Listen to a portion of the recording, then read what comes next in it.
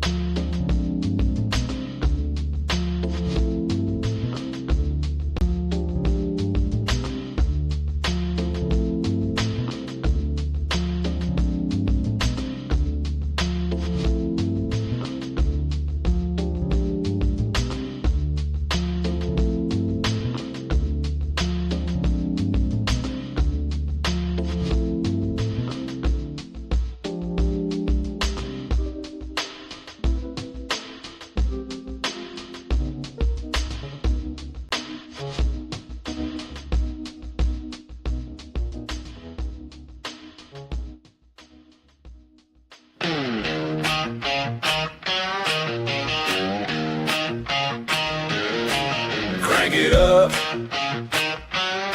let it roll. Stars and stripes in my soul. Steel toes on, boots in the gravel. Heartland truth on every channel. Open Bible, flag on the wall. We say what we believe when we don't talk at all. This is red, white, and raise hell. Cowboy hat, church bell can't scare us into silence. We were born to rebel from the back road to the beltway. We won't fade, we won't fail. Proud, loud, standing tall. Red, white, and raise hell.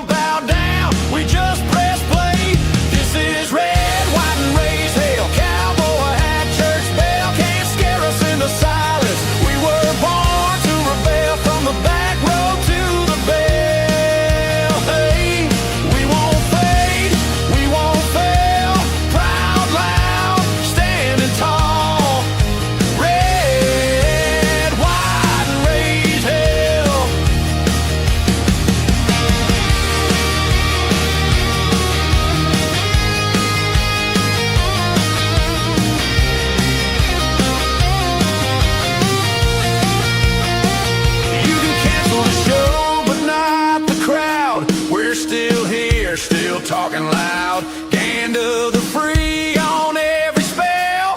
Hit that mic, host, let the truth ring out. This is red, white, and raised hell. Cowboy hat, church bell. Can't scare us into silence. We were born to a rail, from the back road to the beltway.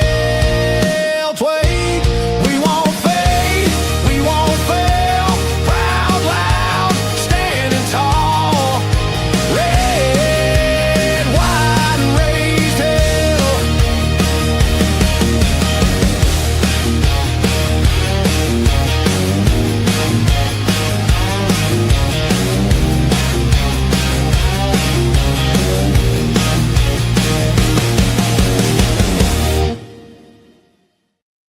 All right, good morning, everybody. Welcome in. Thanks for being here. You can't see me. Now you can. That was John Cena-like. Yeah, you got to know it. If you know, you know. That's where's my music? I don't hear my music. Where's my music? Let's hear my music. There we go. I gotta get the vibe going just a little bit as we start each and every show. In addition to the actual show open song, which I see my regular chatters are doing the dance, which I have seen. Not as many today, by the way. What the hell?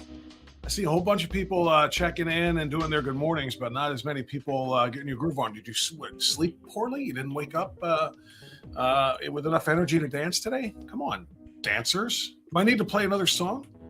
I'm seeing some reactions to some of the primaries last night already early on in the chat, which is a great thing, of course. That's one of the things we're going to be talking about, hence the theme of the show today, which you saw on the title at the beginning if you were checking it out on Rumble. If you're watching on YouTube, by the way, I gotta say this.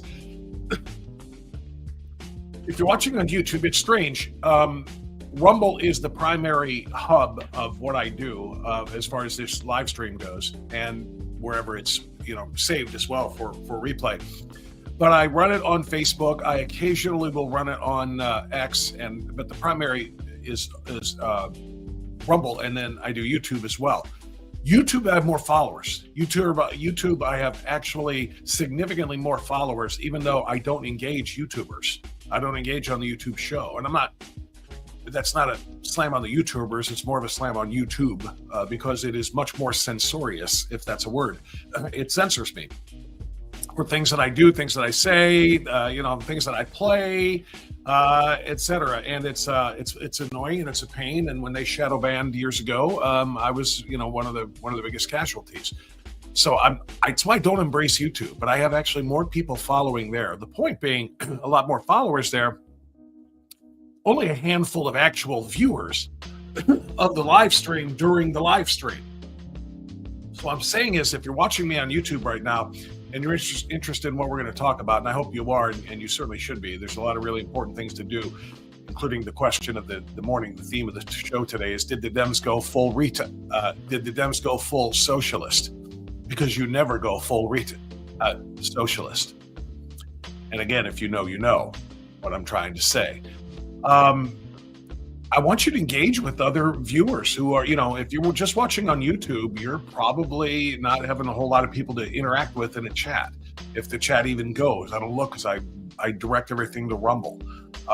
So if you are watching on YouTube or on Facebook today, at any point, please migrate over to the Rumble channel where you can get into the chat with, a couple hundred great patriots who are all about it each and every show. And I don't want to say you have to be a part of MAG to do it. Just don't be a troll. If you want to come on over and even challenge some things that you hear, and you do it, in a civil tone, respectfully, and, you got a different point of view than what I'm offering or some of the guests are offering or what have you, come on over and join the chat. That's how things get done. Seriously, sharing ideas, having more people, putting more viewpoints out there for public consideration. That's really what I want. So wherever it is that you're watching, try to make your way over to Rumble. Make sure you, rather than just follow me on YouTube where we're not doing much action, follow me here and help us grow this thing. Bring the YouTube audience over to the Rumble audience. It'll help a lot. If I could take everybody who subscribes on YouTube and have them subscribe on Rumble, we'd more than double in size. We'd about 2/3 again on top. So just a thought, a consideration. So thanks for that. Donovan O'Neill will join me in hour number 2. At the bottom of hour number 2, AFP Action. I've been telling you about AFP Action. AFP, Americans for Prosperity, a primary sponsor of this show. By the way, I've got good news. I'm not going to announce who or when, who or what yet. But last night I just secured another sponsor for this podcast.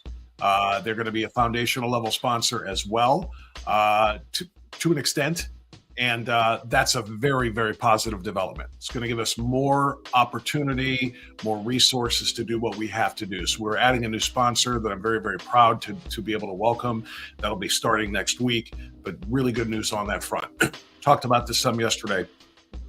It's kind of impossible to do this, by myself, from a creative standpoint, from a technical standpoint, from a reach standpoint, from a financial standpoint, because when it's largely self-funded, except for sponsors and some folks who are kind enough and generous enough to see some value in what we're bringing to the table every day, and who are my ultimate insiders, my unfiltered insiders on the locals channel or the locals community. You guys, like I said, if you weren't there and these sponsors here, we would be done, and we'd be fighting in our own separate ways. We wouldn't be able to combine our efforts and meet here and work on what we do in Northeast Ohio and hopefully spreading into more and more states.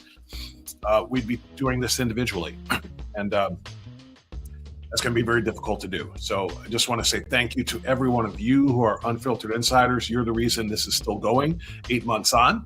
And I want to say thank you to my sponsors. You are the reason why this is still going. And the new sponsor is going to come in and try to give us a little bit more assistance and resources to do what we need to do. Thank you very, very much, all of you.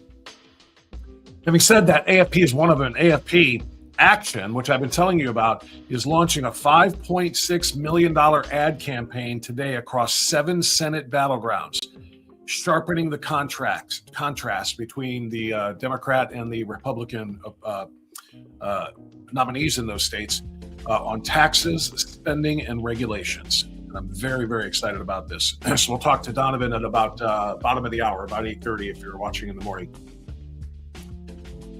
So 2 things I want to start with. Like I said, the theme of the show today was, as I pointed out, did the Democrats go full socialist last night? But that is actually going to take a backseat to what I think is now the top story, and that is, when will they stop trying to kill President Trump? If you did not see this yet, let me throw this up on the screen so you can see the guy. Yeah, that's him, and that's his weapon. This was the guy that was found casing the Trump National Golf Course yesterday, taking photographs and video near the National Golf Course in Los Angeles ahead of the president's visit last night. He was carrying firearms, ammo, including hollow point ammunition, was monitoring the president's security preparation. He arrived yesterday for an RNC event last night. Fox News reported, quote, an armed suspect identified as John Tail, 38 years old, was arrested at Trump National Golf Course after allegedly monitoring security preparations ahead of the president's visit.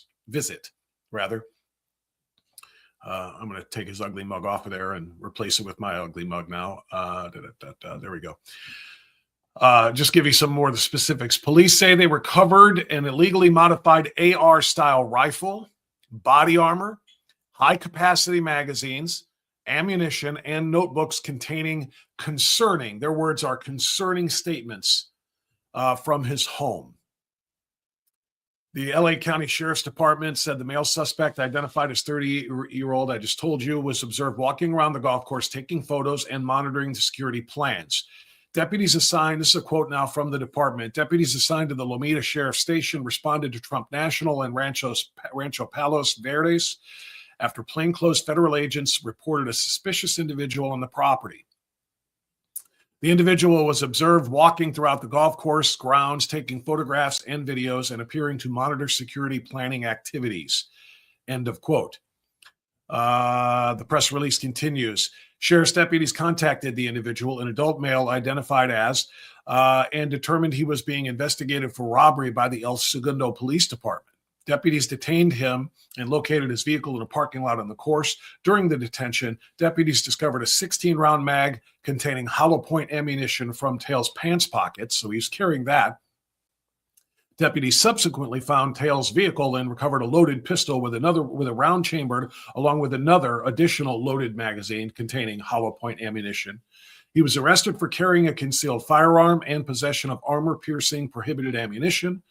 During the search, they discovered an illegally modified AR platform rifle, a 1911 .45 caliber pistol, an AR platform upper receiver, body armor, high-capacity mags, bulk pistol and rifle ammunition, multiple notebooks containing those concerning statements. We don't know what those are yet.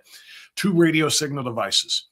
First Assistant U.S. Attorney Bill Esali said the FBI is reviewing the evidence and will provide more information when possible. The update, that was as of last night. The update as of this morning,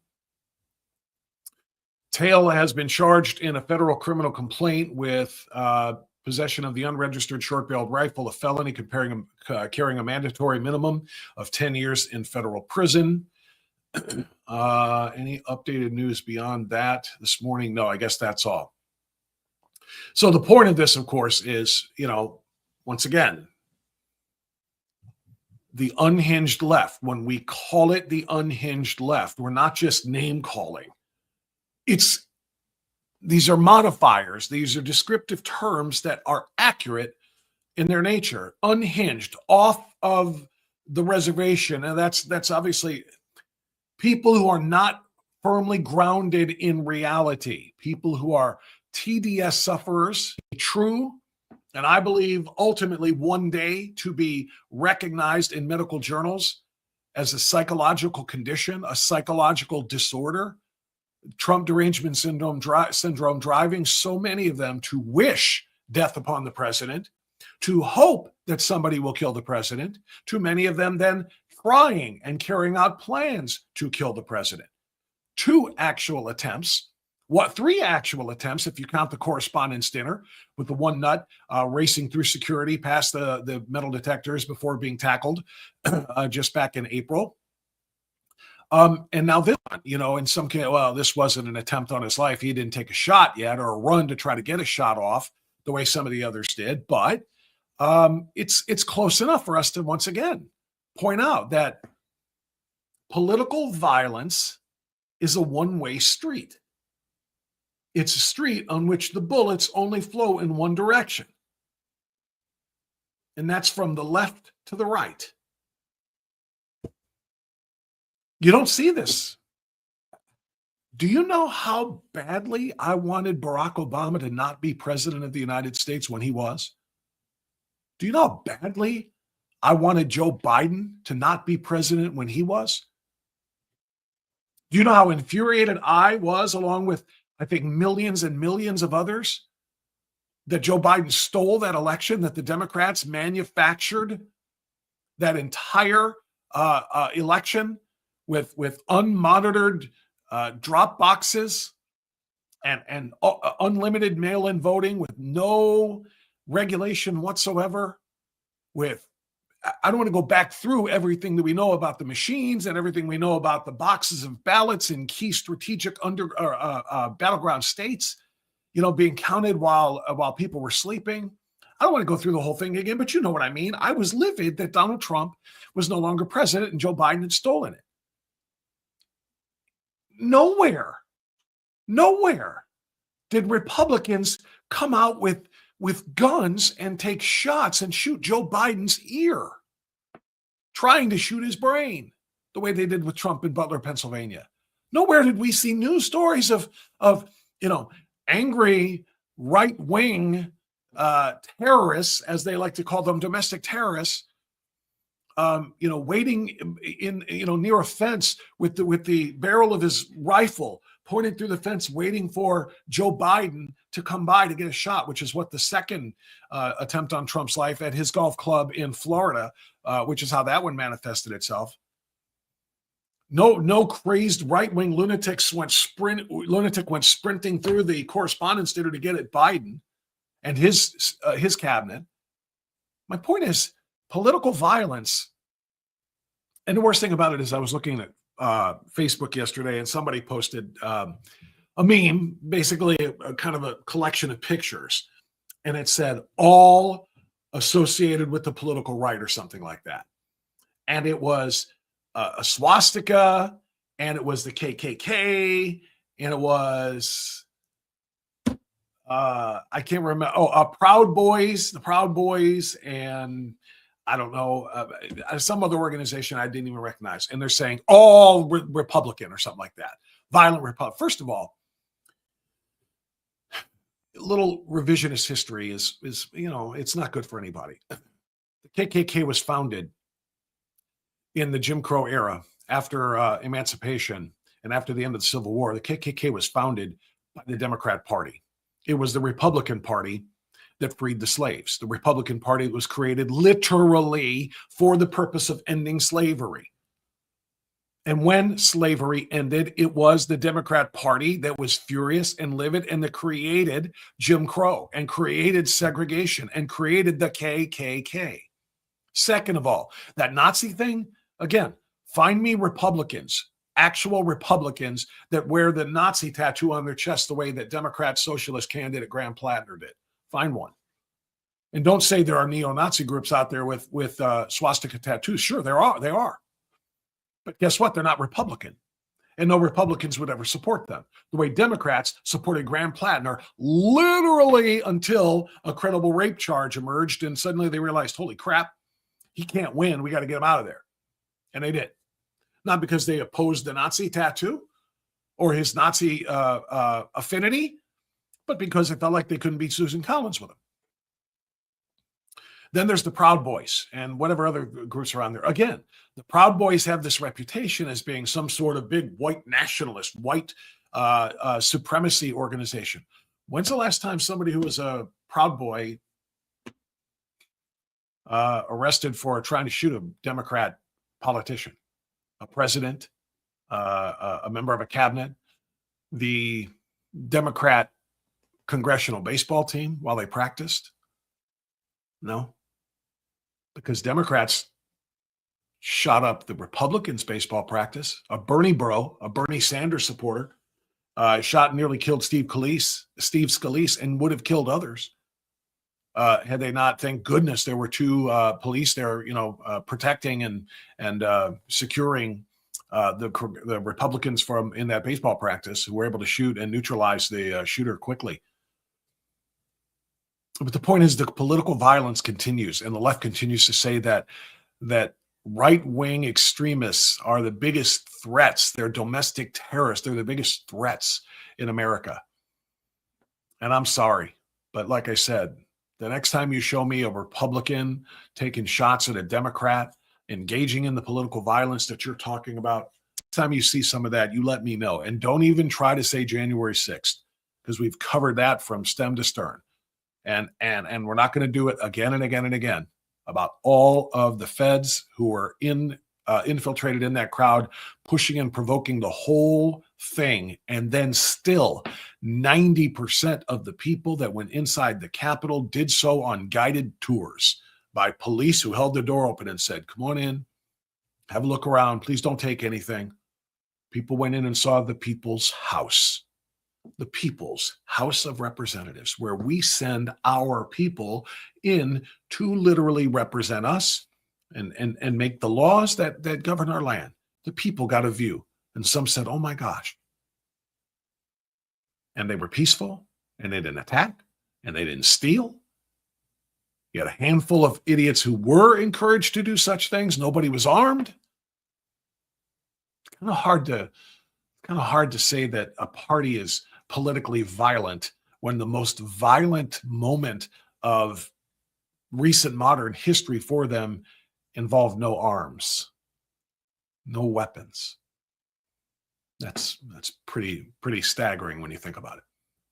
So anyway, they came for President Trump again, or at least tried to, yesterday in Los Angeles. And I said it when, I guess, probably multiple times. I'm trying to remember though.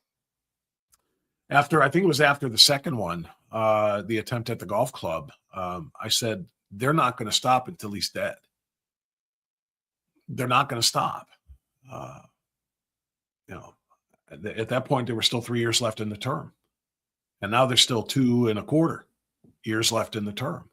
I said, you think they're done? You think they've made their last shot at him, taken their last shot at him? Every time somebody tries, Democrats, and tries and misses, Democrats are, damn. What's wrong with you guys? How come you're not better shots? After the correspondence dinner, people were ticked. Come on, we got to get better coordinated than that. I mean, they literally celebrate the attempt and then they, wallow in misery at the failure to make him dead or to make his cabinet members dead. That's the nature of it. And that's exactly what I said would happen. And I'm not going to change that for the next 2.25 years. I mean, it might be a little bit less motivational for them to do it if they take over the Congress and limit what the president can do. If they take over the Congress in the midterms, maybe there's not a reason to try in the last 2 years, but do not hold your breath. And don't think that we may not be doggone flies or bugs or something flying around. Anyway, do not think for 1 second that they will rest and not try to do whatever they can do to decapitate our government by literally cutting the head off, which is what decapitation means. All right. So I just needed to get some of that information out there. And now we need to get this information out there. This is probably the most important information that I can share. And looks like we need to click a couple of buttons here before I can make that happen for you. Here we go.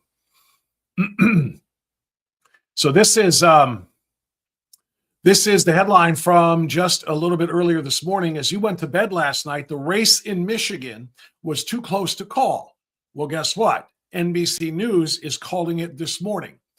Islamo-Marxist Abdul El-Sayed beats so-called moderate Haley Stevens in that ultimately important Senate race in Michigan. This is really, really large for a number of reasons. Look at the margin that you can see there, 48.9% to 47.1%. I mean, in Michigan, boy, they do things tight. Mike Rogers, who is the Republican candidate who was unopposed in the primary, tried this 6 years ago and lost the closest election in state history. He lost by just fractions of a percentage point. I think a grand total of 19,000 votes separated him from the winner. And that's why Mike Rogers is back again. And he's going to face, it would now appear, because as we went to sleep last night, it was too close to call. Fox News and most of the other news outlets who were reporting on the primary said it's just too close. But this morning, this is NBC. Update: NBC has officially called the Michigan Senate race for far-left Democratic Socialist Abdul El-Sayed on track to defeat moderate Democrat in the Michigan Democrat primary for senator. Haley Stevens was backed by the establishment Democrats like Gretchen Whitmer and Chuck Schumer. El-Sayed was backed by the DSA. He denies being a socialist, but he just stands for all of the socialist policies.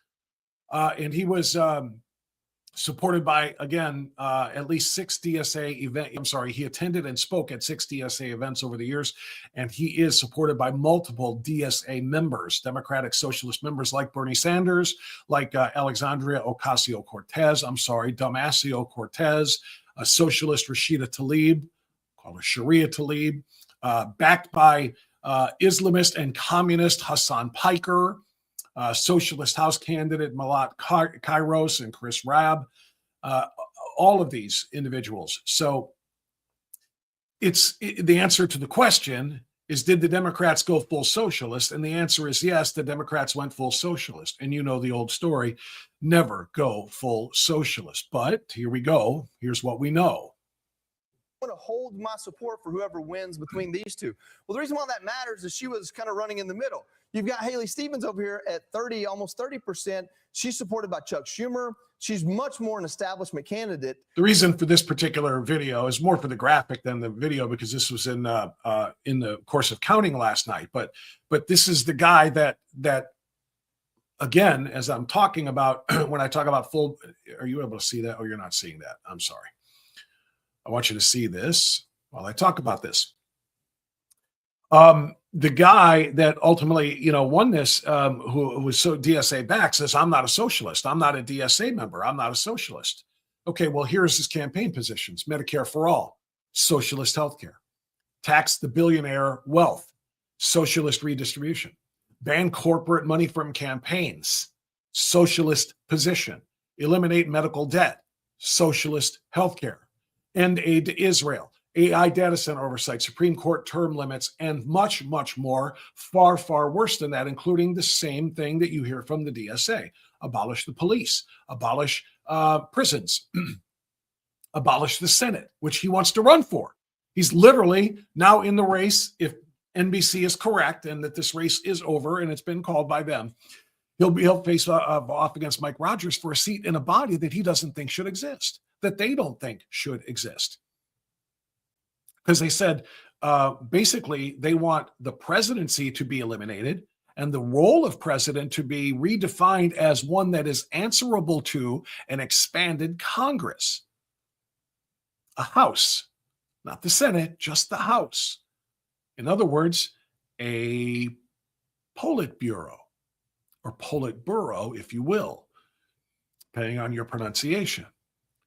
But that is exactly the theme and the same model that so many of the socialist communist regimes have taken through the last century, creating a Politburo, a bureau of elites, and then the proletariat workers who are waiting and for the scraps that shall be thrown down to them from on high. That's what he believes. So the Democrats have indeed gone full socialist. I said this on Monday, and I said this yesterday, that the battleground of Michigan in that Senate race was going to really tell us whether or not the DSA is in full control of the Democrat Party, or if the Democrat Party was able to beat back the DSA and say, look, we are still an establishment, very, very progressive, very, very far left wing, but still capitalist party, or whether they were going to cast capitalism aside and be taken over by the Socialist Party, the Socialist Communist Party. And now we know the answer. We said that Syed race would really be a determining factor, because now we have socialist victories from one end of the country, one coast of the country, to the other, and at countless points in between.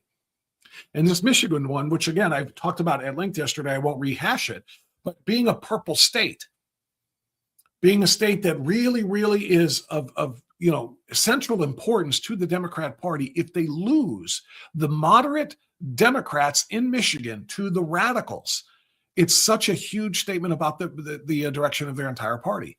If El Sayed wins, I said, we'll know that the Democrats have gone full socialist now. And that is something that even hardcore liberals are having a hard time swallowing. I want to share with you now a really, really interesting and fascinating story. We probably all know Mike Rowe. Mike Rowe is, kind of a working man's hero, extraordinary philanthropist, and donating and raising so much money to put young people to work in the trades and the skilled trades, the ones that literally, define our lives and allow our lives to exist in the way that they do, because we can't do it without the plumbers and the electricians, and the welders and the carpenters and the bricklayers and the other, so on and so forth. It's an extraordinarily important field that we need to make sure are populated with good, hardworking, talented people. And he pushes people into those places, steers them away from college if they can and get into these trades. He's a tradesman's, a man, I guess. Anyway, Mike Rowe kind of made some headlines, and this is why I'm talking about it here, because of his reaction to a left-wing icon in a lot of people's circles that I have come to, I'm trying to figure out the word, respect, maybe respect. I'm biting back at the word respect, because I don't respect leftists, generally speaking, but I have given praise to Bill Maher in recent months because of his sudden turn toward sanity. It's not a right turn. He didn't become a conservative or even an independent. but he's a much, much, much more moderate Bill Maher than he was even a year ago, 2 years ago when Trump was running. A much more moderate Bill Maher. And that caught Mike Rowe's attention. And that caught my attention. So I'm going to share a little bit of this with you. There's Mike Rowe, and everybody knows him. The media personality who advocates for hard work and a return to embracing the trades, is going viral for a post he made on Twitter about the rise of communism in American politics. His message is well written and mostly in response to seeing Bill Maher sound the alarm on his show this past weekend. And we'll read a little bit of what Rowe wrote in his tweet. I'm not going to read the whole thing right now, but because I want you to see what he was responding to with Bill Maher. I'm not what you'd call a keen observer of the political climate in our country, but I do pay attention broadly to what's going on within our two parties. Watching the latest from Bill Maher, I was reminded of how we struggle to reconcile our support for an idea we might like if it's promoted by a politician we hate, and vice versa. Here, though, we have an opportunity, Democrats in particular, to speak out loudly and clearly against an ideology that has been proven demonstrably to be a really bad idea. It's alarming to see how quickly communism has been embraced by so many, but it's even more alarming to see how many have yet to condemn it in favor of sheltering under a big tent. Now, let me pause there and kind of give you an example of what he means by that, the big tent. And Manu. Is the rise of the DSA good for your party? Look, we are a big tent party, and being a big tent party is a strength, not a weakness. That is a terrified man there. That is a cowardly man there who is absolutely afraid to stand up to the DSA, the all-powerful DSA. The big tent nonsense is trash. They don't want them to be under their tent. They just know that if they stand up against them fully, they're gone. They're dinosaurs. Establishment Democrats, so-called moderate, and not that Chuck Schumer's even a moderate. He's not. Talk about political violence. He's the guy who stood on the steps of the Supreme Court and said, I'm warning you, Gorsuch and Kavanaugh, if you continue with decisions like these, you are going to reap the whirlwind, threatening them. So he's no moderate, but he's out there defending the, quote, big tent that, hey, we welcome all viewpoints here. Really? Would you welcome a moderate conservative viewpoint under your big tent? Democrats? Chuck, would you welcome a conservative in your big tent to argue for strong borders, to argue for strong police force, to argue for criminal justice and a prison system that deters crime with harsh punishments for lawbreakers? Would you welcome somebody that came in with full capitalist views? We need to make sure that we are strengthening the employment sector. We need to make sure that those job creators are given the opportunities to hire more, to build more, to expand more by lowering their tax burden rather than raising their tax burden the way left-wing Democrats do. Would you welcome that in your big tent? No. Not one person, not one candidate, not one movement like that. If there was a conservative Democrat organization, the CDO, I'm just making something up here, like the Democrat Socialists of America.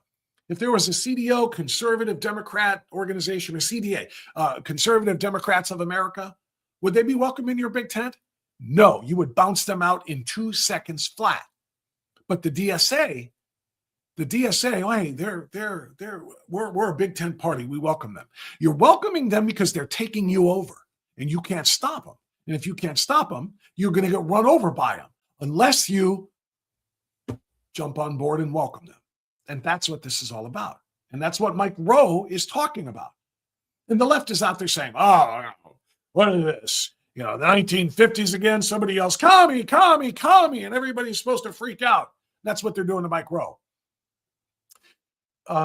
If commies are there, it is indeed wise to call them out. And they are there. And it's not a cartoon, commie, commie, commie. Communism is a legitimate threat to the survival of the republic and to Western civilization. All right? So back to a little bit about what Mike Rowe wrote in response to Bill Maher speaking out on this. Gavin Newsom this week dismissed concerns over Democratic Socialists of America and progressive candidates winning key primaries, stating he would gladly campaign for them. He argued that the party must be in the addition, not the subtraction business, to retake control of Congress. Not that anyone asked me, but wow. The candidates that Newsom is referring to here are not subtle. They have clearly articulated precisely what they want and exactly what they will try to accomplish if they gain power. No borders, no police, no prisons, no Senate. From each according to his needs, from each according to his abilities, and so forth. They're literally quoting Karl Marx, and they're literally on the record as desiring to completely dismantle our government and replace it with actual communism. And the governor of California says he will campaign on their behalf if doing so will result in a congressional win. Truly amazing. Truly amazing, and if I may borrow a different adjective, truly terrifying. It's one thing for the wretched hens cackling on their nest on The View to be calling for socialism and communism. It's another thing for lunatics, far out lunatics like AOC and like Graham Plattner, Bernie Sanders, El Sayed, Katie Wilson.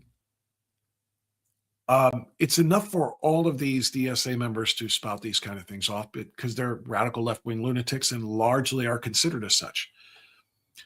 Gavin Newsom is the governor of California. It's a different ballgame. He wants to be president of the United States. He's going to be on the short list of frontrunners in the nominating process for the Democrats.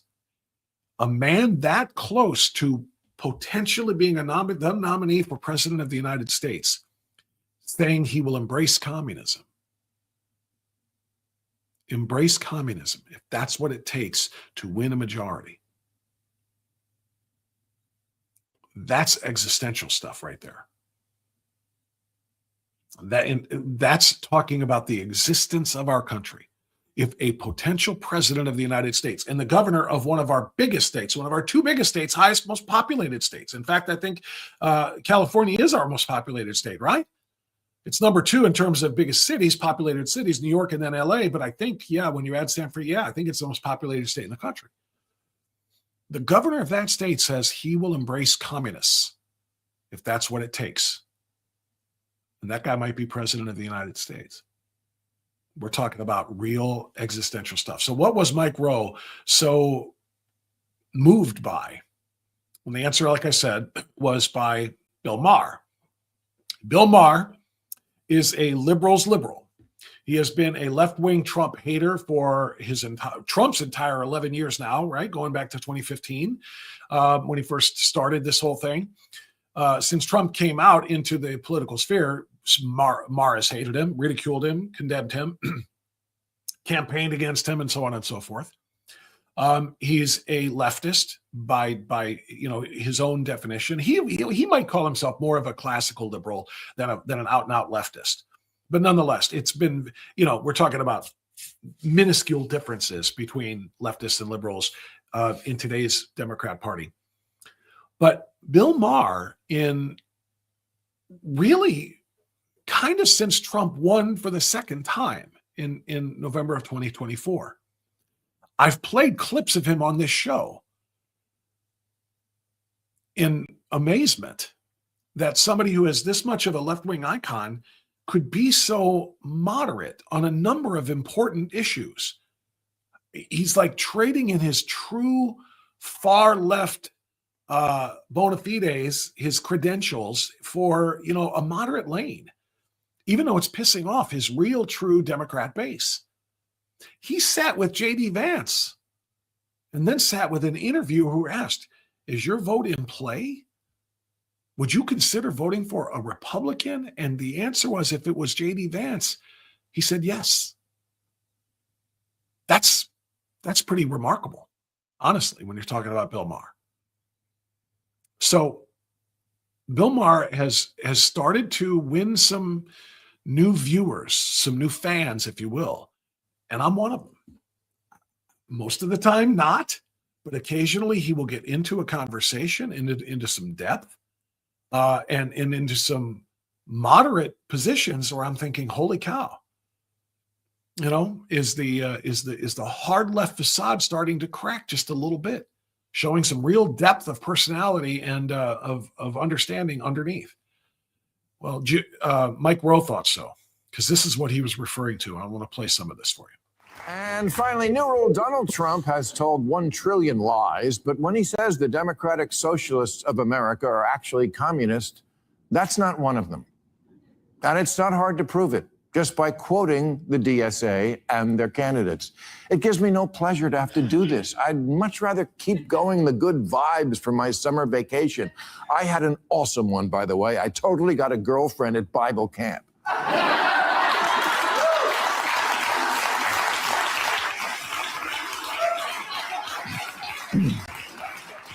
However, right before we left, Vice President J.D. Vance was on the show, and I told him that if the Democratic Party keeps going in the direction of the DSA, my vote was in play. And all I heard all vacation was, oh my God, you're a Republican now. No, that's not what I said. I said in play. And here's why. Because not a week goes by where I don't read about some newly chosen, exciting new face in the Democratic Party. And then when that face opens its mouth, the Communist Manifesto or some other crazy shit comes out.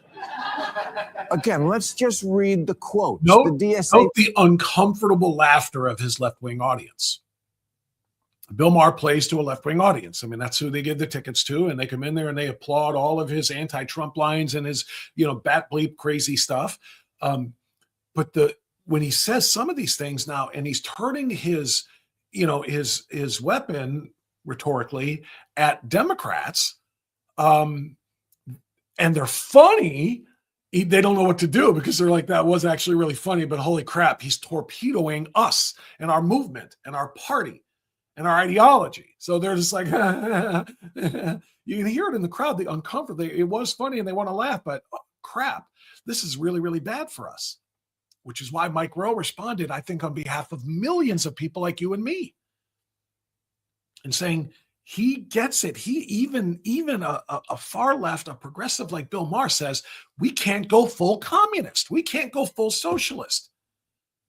As the famous line goes, never go full, and it's not socialist. It's the R word that we're not allowed to say in what's the word I'm trying to say? In public, I guess, but in good company. But yeah, you never go full socialist. You never go full communist if you're a Democrat. And Bill Maher knows it. And that's why he's calling them out for doing it. Platform says you work as much as you are able and no more than needed.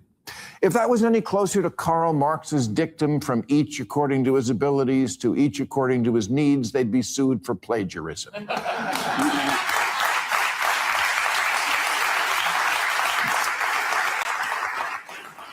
Not to leave any doubt, New York Mayor Mondani once tweeted Karl Marx's words exactly. They're not trying to hide it. Their most popular influencer, Hassan Piker, thinks communism is so groovy. He laments the fall of the two of the most murderous regimes in history, the Soviet Union and Chairman Mao's China. Man, I'm going to pause there just to do a little bit of self-promotion here again.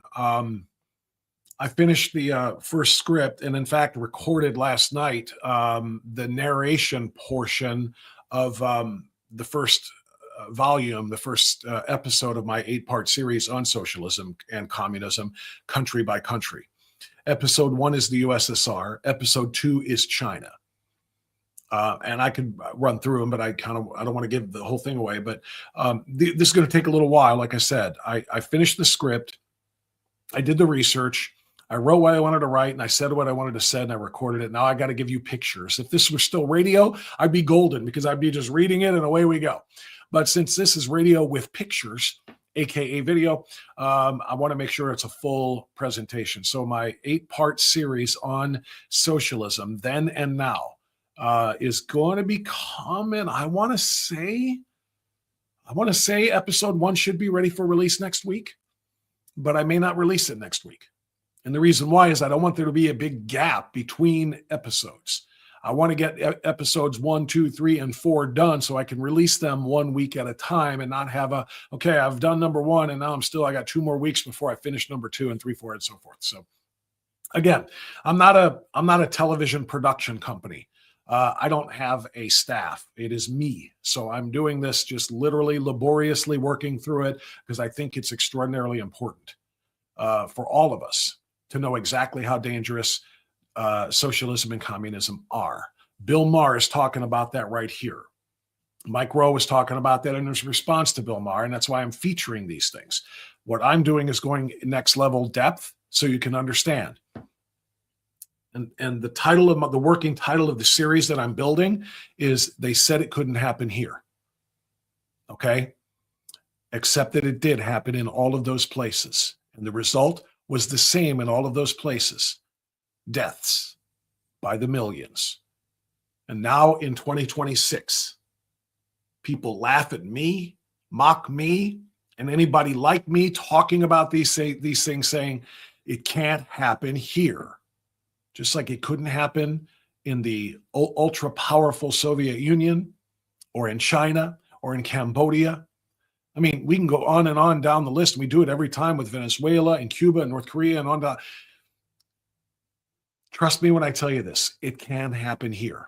And the initial steps, the groundwork is being laid right now by the DSA because they have fooled a whole lot of Americans, including the ones in Michigan last night who just voted for El Sayed.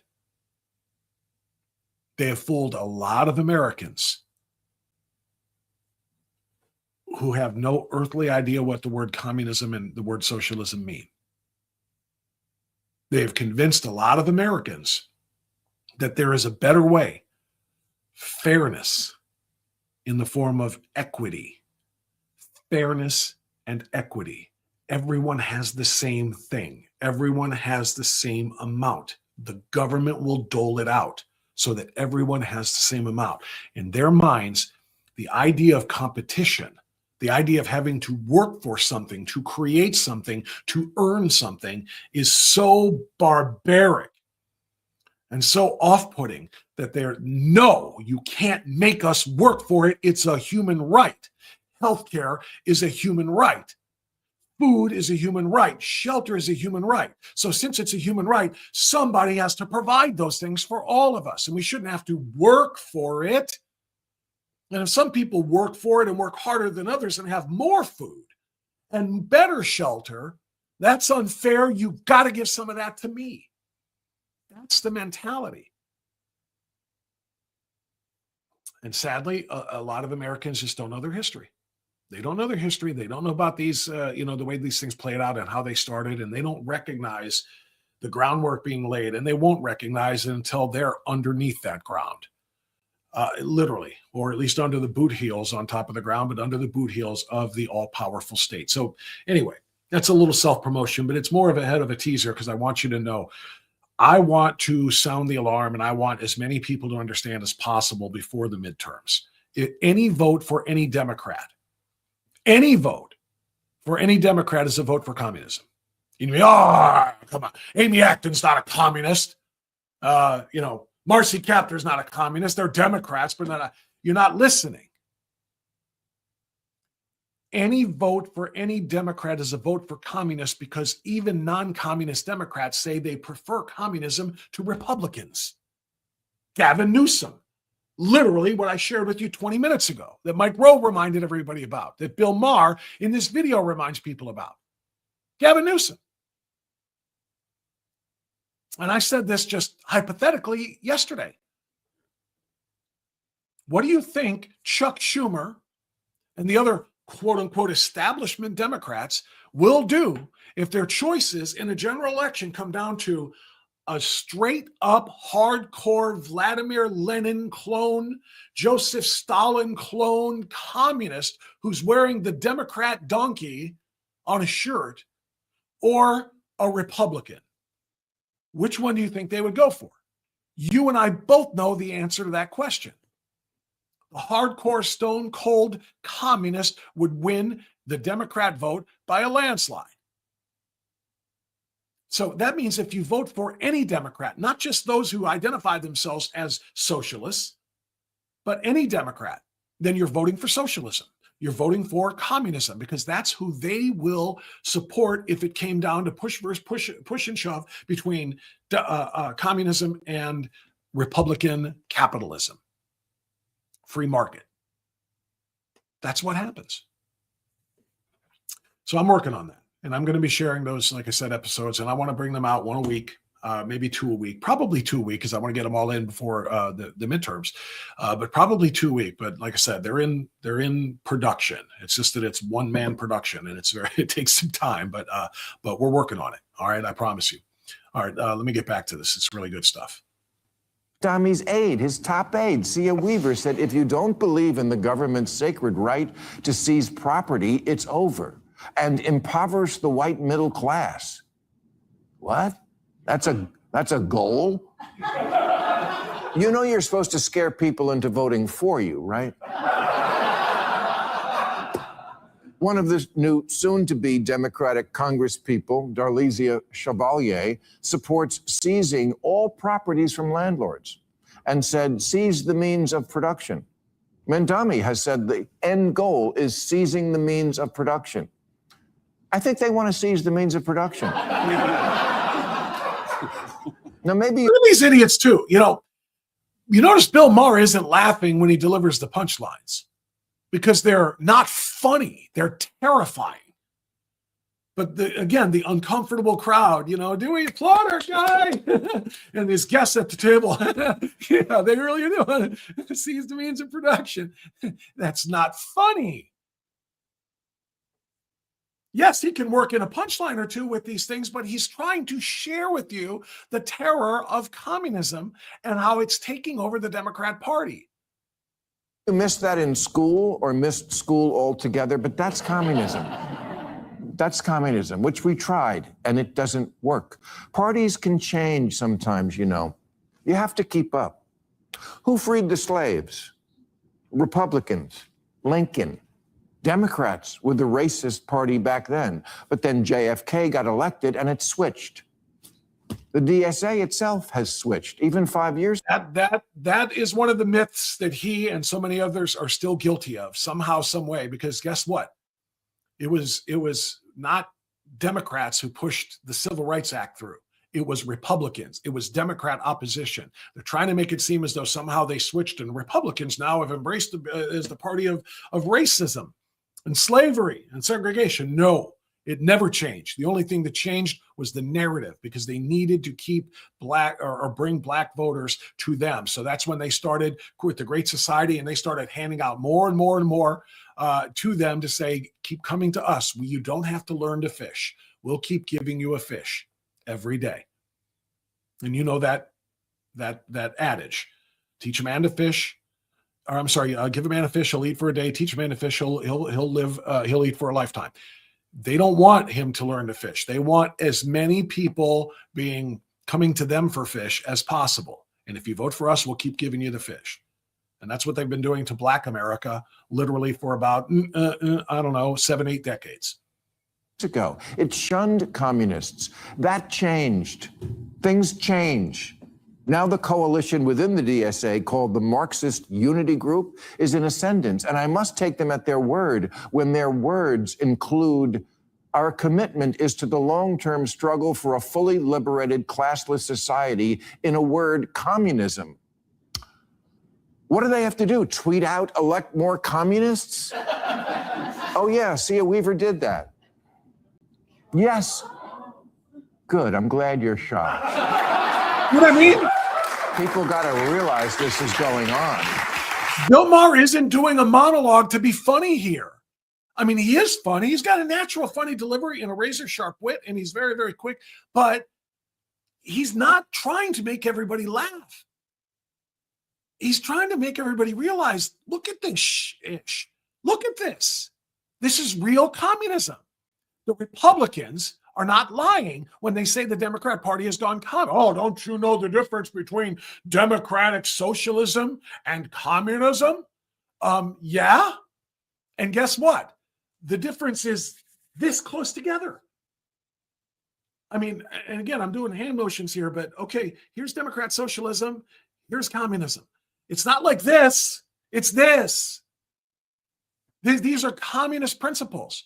And oh, good, you're finally shocked. Did you hear the gasp in the crowd when he showed that tweet? Or that message? Let me hit that again. Elect more communists? Oh, yeah, Cia Weaver did that. Yes. Listen to the gasp of the left-wing crowd. Oh, holy crap.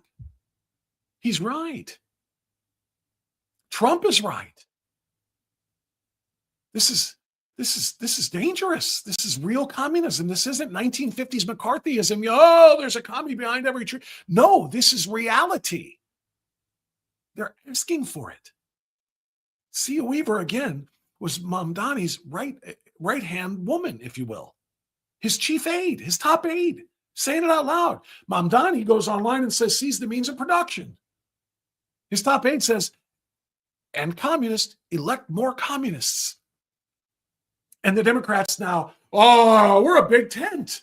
We're a big tent. We welcome all kinds of views under our big tent. No, you've gone communist, not socialist, not Democrat socialist. And again, remember, what is socialism? Socialism is communism for slow learners. Vladimir Lenin said that socialism, the goal of socialism is always communism. Because to get from one to the other is this much of a bar. It's not a great leap, unless it's a great leap forward, which will be in episode 2 of my series from Mao. Good, I'm glad you're shocked. People got to realize this is going on.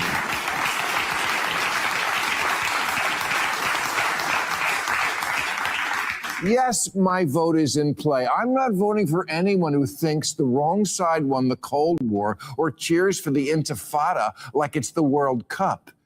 It's so ironic from the people who obsess about colonization. You know what's being colonized now? The Democratic Party.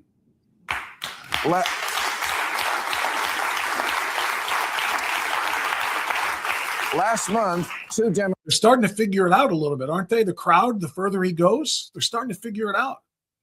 And by the way, that line of his, brilliant. If you think the wrong side won the Cold War, you are part of the problem in America. If you think that the Soviet communist side should have won the Cold War, and let's put it another way, and maybe you've seen this articulated online in a meme or two. I have. When the Berlin Wall fell, and we kept statistics on how many people ran from the east side of it to the west side of it versus how many ran from the west side of it to the east side of it. What do you think we'd find?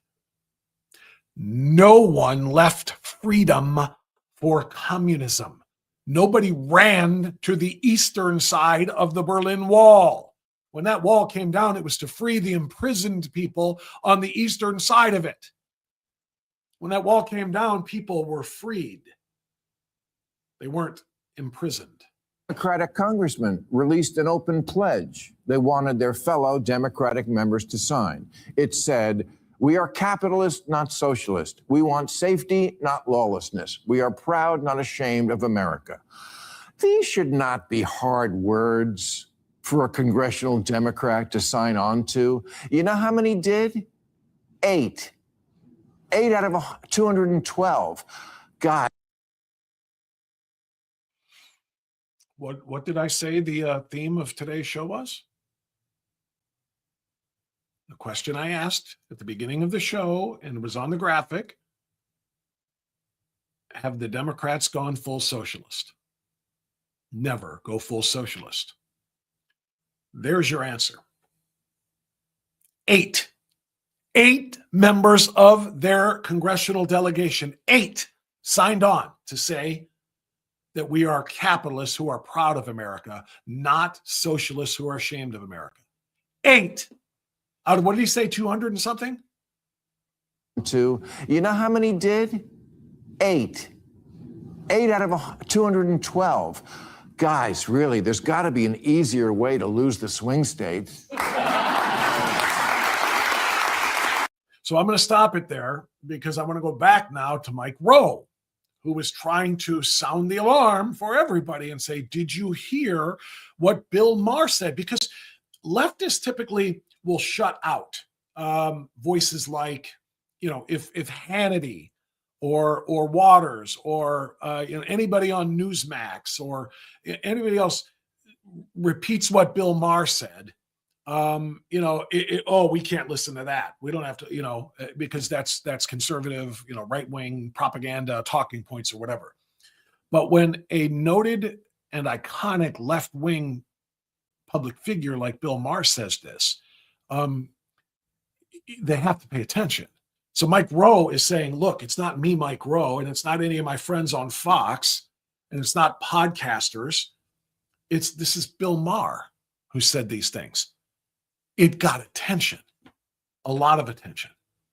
Let me get back to, I have this up here. Yeah. Not that anyone asked me. Oh, I read that part already. I just want to finish this. Seems to me that this is the best opportunity Democrats will ever have to make some kind of reasonable appeal to independents and those not on board with this administration. This is a chance to affirmatively distance themselves from an ideology that has caused more human suffering than any other scheme dreamt up by man. And yet they have not.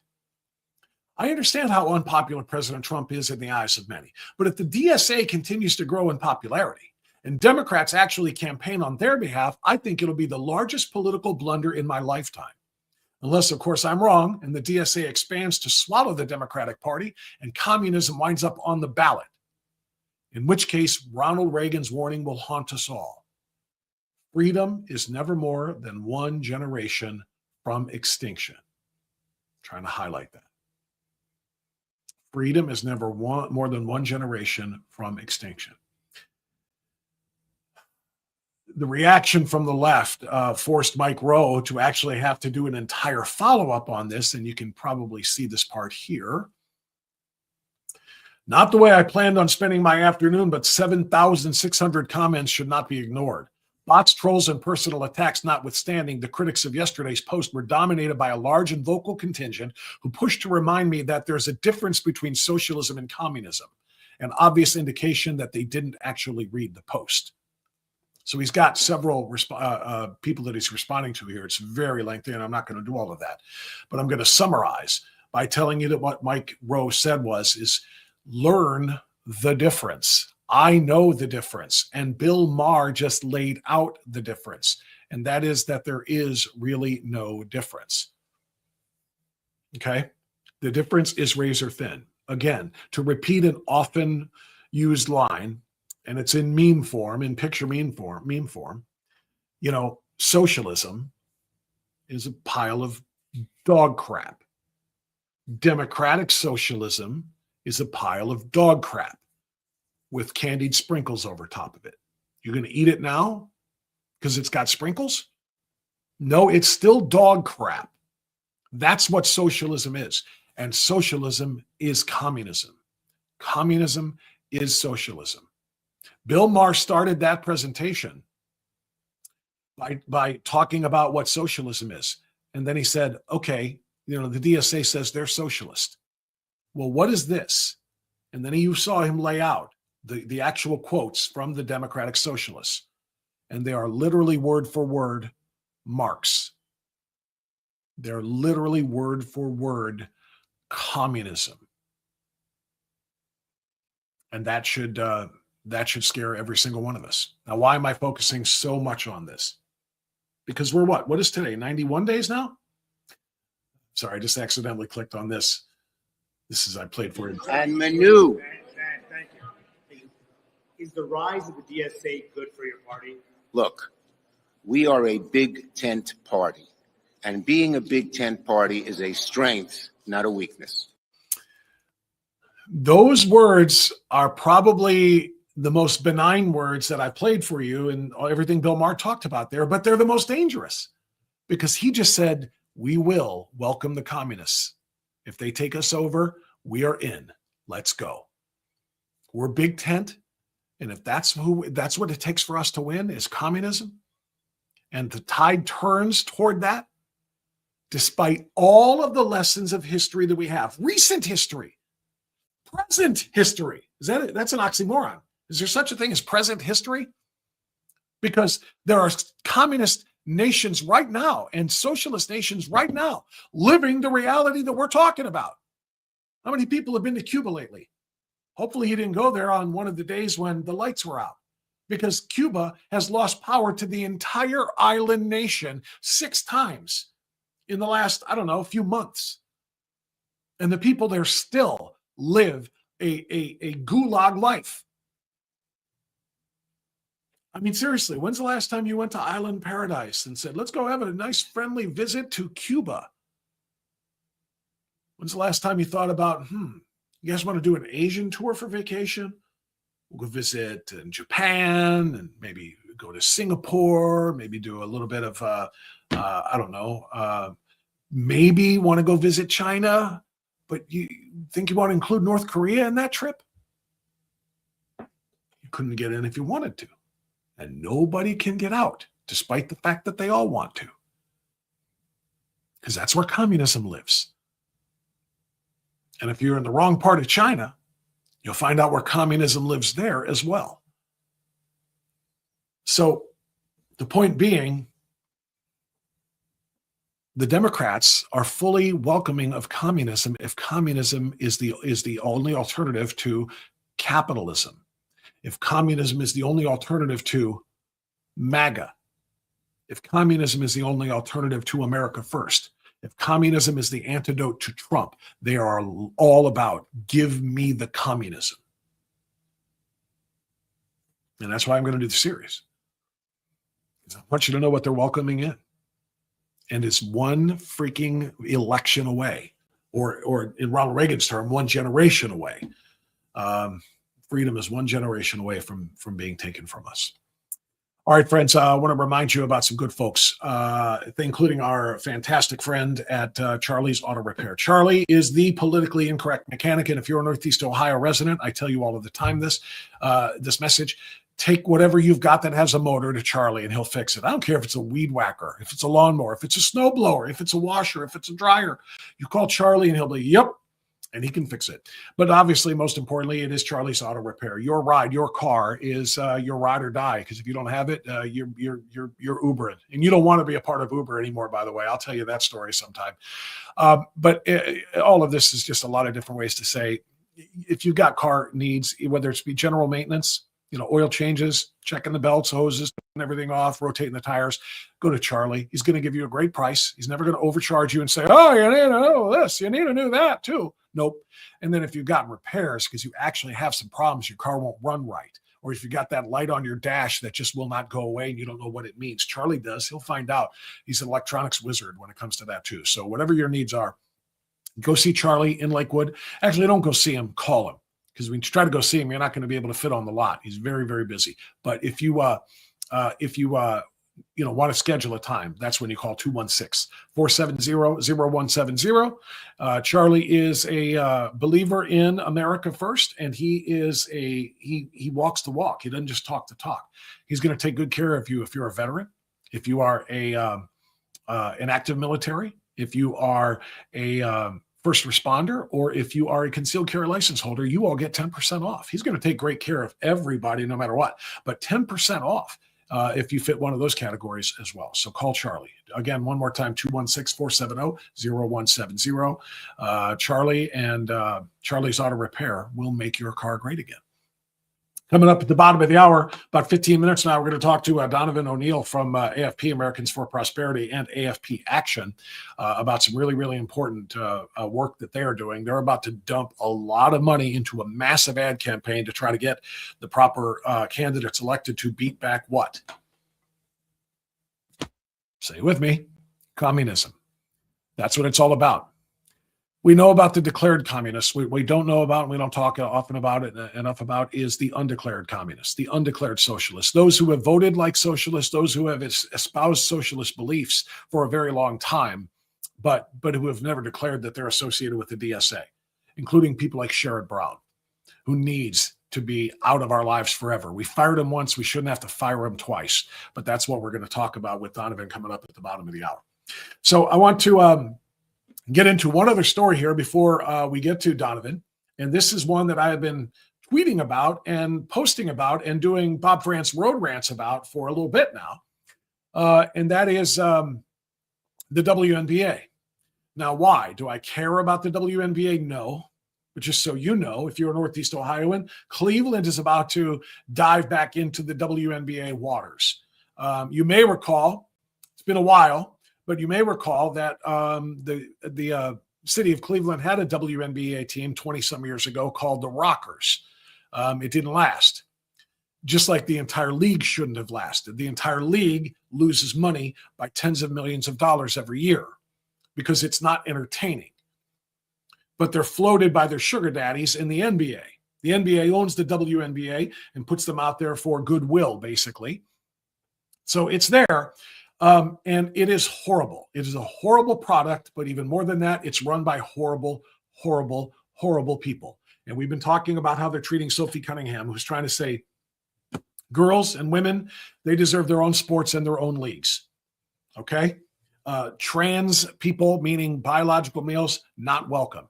That has started a firestorm, that along with Caitlin Clark, a firestorm in which we're seeing the real true feelings of the WNBA come out. Absolutely militant, racist, and sexist in the form of sexual orientation. In other words, so devoted to their LGBTQ ideology and their lesbianism in that league that they're literally cutting their own, cutting off their own nose to spite their own faces. If you think about it, the league has more popularity since Caitlin Clark came into it than it ever has. They're making more money now, and yet they're trying to drive her out of the league. And her number one accomplice is her teammate Sophie Cunningham, who continues to say things like men shouldn't be in women's sports.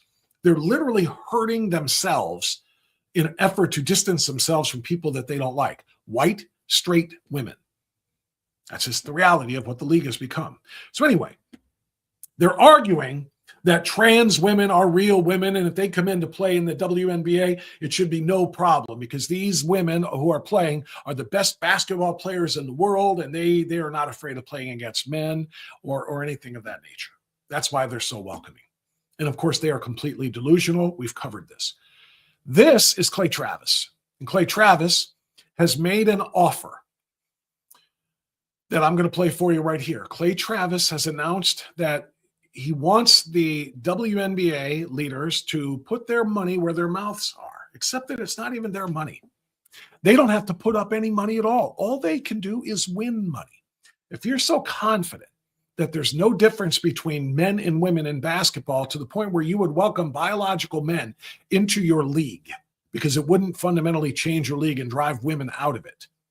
If you're so confident that men and women have no differences, then how about we take your champion, your league champion, and put them up against a bunch of kids, a high school team, a boys' high school team, against your 20 and 30-some-year-old professional women, the best basketball players on the planet.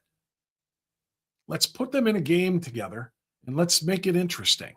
You don't have to put your money where your mouth is. I'll put your money where your mouth is, and we'll see if you're willing to bite. I've got two aggressive moves that I am undertaking here. And I'm 100% serious about this. And I'm going to share both of them with you. First of all, I will buy a WNBA expansion franchise as the primary owner of that franchise. I will bring them to my hometown where I do this show from, Nashville, Tennessee. I will pledge that 100% of my team will be trans. That will be men pretending to be women. Our entire coaching staff will be trans. That is men pretending to be women. We will not lose a single game. There are probably some games, Buck, where we will not even give up a single point. I will call this team the Nashville Balls, and I will become a dynastic sports owner. I've been a fan of Clay for a long time. He's a patriot through and through, and he's willing to do exactly what he's talking about here, by the way. He's got the money between Outkick and his nationally syndicated show, the Clay and Buck Show. He's got what he's talking about enough to buy a franchise and do the second part of this challenge. Own a WNBA franchise. I will buy it, and I will play only men who identify as women. We'll wear wigs. We'll run around, do whatever we need to do to be officially classified as identifying as women. This is what they're now saying is permitted. I will do it. I will buy a team. I'll put my money where my mouth is. Secondly, before, Buck, you remember, I offered $1 million if the WNBA champ, which is right now the Las Vegas Aces, I believe, if they would play a boys high school state championship team of my choosing, I would give $1 million to the winning team. Buck, I will now give $10 million to the winning team. We will put this on pay-per-view. We will send all the profits, of which there will be probably tens of millions, to Tunnel to Towers, T2T.org, our good friends there, for mortgage-free homes for veterans, the families of veterans, first responders, police, people who have lost their lives defending this country. $10 million. I will wheel it out. I don't even know how much space $10 million. We'll dump truck it out, put it in the arena. A boys high school team will get $10 million if they win the WNBA. They say that they're underpaid. They say that they're as good as men. Let's decide it once and for all. And I think you have to be hyperbolic to respond to the absurdity here, because if you are not, then they will just continue to chirp. They'll continue to talk. So I think you have to put money behind your words. I am taking them at their words, and I will put $10 million, boys high school team, state champ of my choice, versus WNBA, and or I will also purchase a WNBA franchise and only play men who identify as women, and that is the trans community in the WNBA. So that's Clay Travis's stepped up challenge now. Again, it was $1 million, and I remember when he first did that a couple of years ago. It was $1 million to be to the winning team.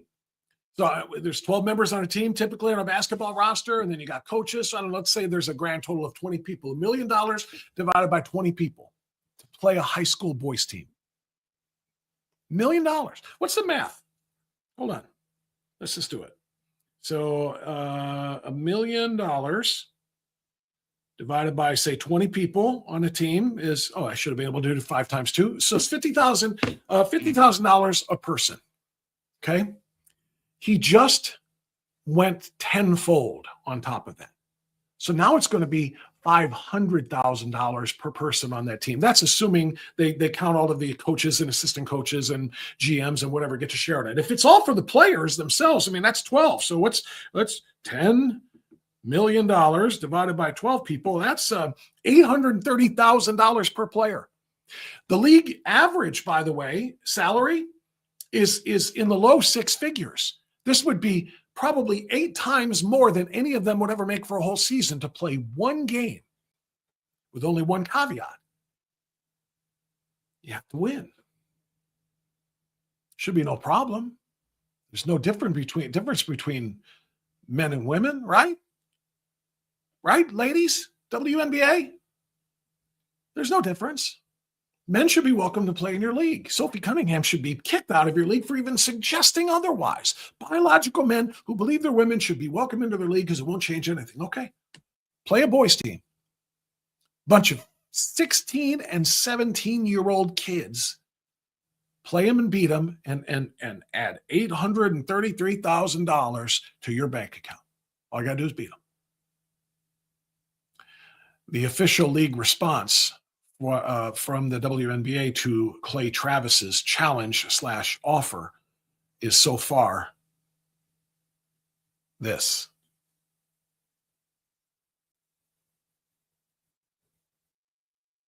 Radio silence. They don't even acknowledge this is happening. They won't talk about it. They didn't talk about it when it was a $1 million offer. They won't talk about it now that it's a $10 million offer. And the idea of him buying a franchise or starting a franchise and populating it only with a trend, they're not talking about that either. But literal radio silence. The people who are ready to jump in and defend left-wing politics all of the time. The one coach wearing a trans kids matter or something like that. on the sidelines. They're wearing political messages all the time. Now, here's a political commentator in Clay Travis saying, I'm willing to put up $10 million to give to your championship team, whoever your championship team is, to beat a high school boys team. I get to pick the team, the high school boys team, some states state champion. You know, every state has, 4 or 5, 6 divisions or whatever. So there's 6 or 7 state champions. So he'll pick a team filled with 16, 17, 18-year-olds and play against your league champions. And if you said there's no difference, you should have no problem with that. If you beat them, you get the money. If they beat you, they get some of the money, the kids do, and the profits from the pay-per-view go to. In fact, I think they said they'd split it up among the players too. And the profits from the pay-per-view go to Tunnel to Towers. Absolute silence. Why not? Why not respond? Why not play the game? Why not do something to say, we will indeed prove to you that men are not fundamentally better than us, and that men playing in our league is not the boogeyman that everybody thinks that it would be so devastating to us. We'll prove it. We'll beat them, probably easily. I want to see it happen. They won't say it. They won't respond. They won't even dig. Here's what I want to know. Is there going to be one reporter that's got the balls, especially since Clay said he'll name his team the Nashville Balls? Is there one reporter who's got the guts, the cojones, the onions, the grapefruits, whatever you want to call them, to go to the next post-game press conference and ask the coach of the Indiana Fever, Stephanie White, who said, I'm not educated enough to know really about, whether or not, this would be a good thing or whatever the differences are. And the Minnesota Lynx or something like that. All of these ones who have said, Sophie Cunningham is wrong and that there should be no problem having trans women, AKA men, playing in their league. One reporter's got to have the guts to go up to them and say afterwards, Clay Travis has offered $10 million to your team, your league's winning team, your championship winning team, if they'll play and beat a boys' high school team. What is your response? Will anybody ask that question? To my knowledge, nobody has, because all I'm seeing here, as I've been following this for the last couple of days, the WNBA has not responded at all. Like I said, radio silence completely. Why won't the WNBA just issue a statement saying only players born as women are eligible to play in their league? The Olympics and women's tennis have done it. Why can't the league do the exact same thing? Because they don't want to admit they're wrong. Listen, and this is a big deal. It matters. The WNBA is so militant about their lesbianism, and the overwhelming majority of all of the rosters and the team coaches and the officials and everybody else associated with the league, they're gay. They're gay women, which I don't give a rat's butt what they do or where they go to bed at night. I don't care. This isn't to mock them for their sexuality or sexual orientation, but it is to point out that they are so militant in their belief in their LGBTQ ideology that they are willing to sacrifice money. First, the money that Clay Travis is offering them to actually play the game. And then secondly, the money in terms of revenue generated by fans. Caitlin Clark and Sophie Cunningham are stars 1 and 2 of this league, the number 1 and number 2 most marketable stars in that league. And they are willing to run them out of the league. They want Caitlin Clark gone so badly because they're jealous of her straight, white popularity. She's straight and she's white and she's better than the rest of them. And they want her out because of that. She has brought more money to that league. They got a new collective bargaining agreement before this past season started because of Caitlin Clark. And their salaries all went so much higher than they should on the basis of merit and achievement, meaning that the league continues to lose tens of millions of dollars a year. They've been around for 30 years now, and they've never turned a profit. How does a business stay in business never turning a profit? Well, the answer is they're floated by the sugar daddy NBA. The NBA pays for them to exist. Now, why does a WNBA need to be floated by the NBA? And the answer is because it's populated by only the W in WNBA, women. And it's not a very entertaining product. Nobody watches. Well, suddenly some people start to watch because Caitlin Clark comes in and starts doing some amazing things with a basketball, and the views, the number of viewers on television, online, and in arenas starts to jump. And their response is, good job, Caitlin. Let's go. Let's go. We're making more money now for all of us. Is that their response? No, their response is, bitches coming in here, playing better than us, being more popular than us, selling more jerseys than us, selling more shoes than us. We ain't having this.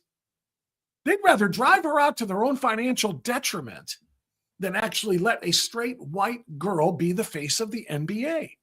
How bad was it? How obvious is it? Their refusal to market their most popular player? This is literally their 30th anniversary. And they just put out a big advertising campaign, a big promotional campaign for the WNBA, featuring the top stars in the league, in the league's history and from today. And guess who was not featured on the poster? Guess who was not featured in the marketing campaign? The girl who's second in the league in scoring and leading the league in assists, and again, is responsible for the majority of the revenue being generated by the league right now. Caitlin Clark doesn't get invited. She's not on the, they won't promote and market their biggest star. Why?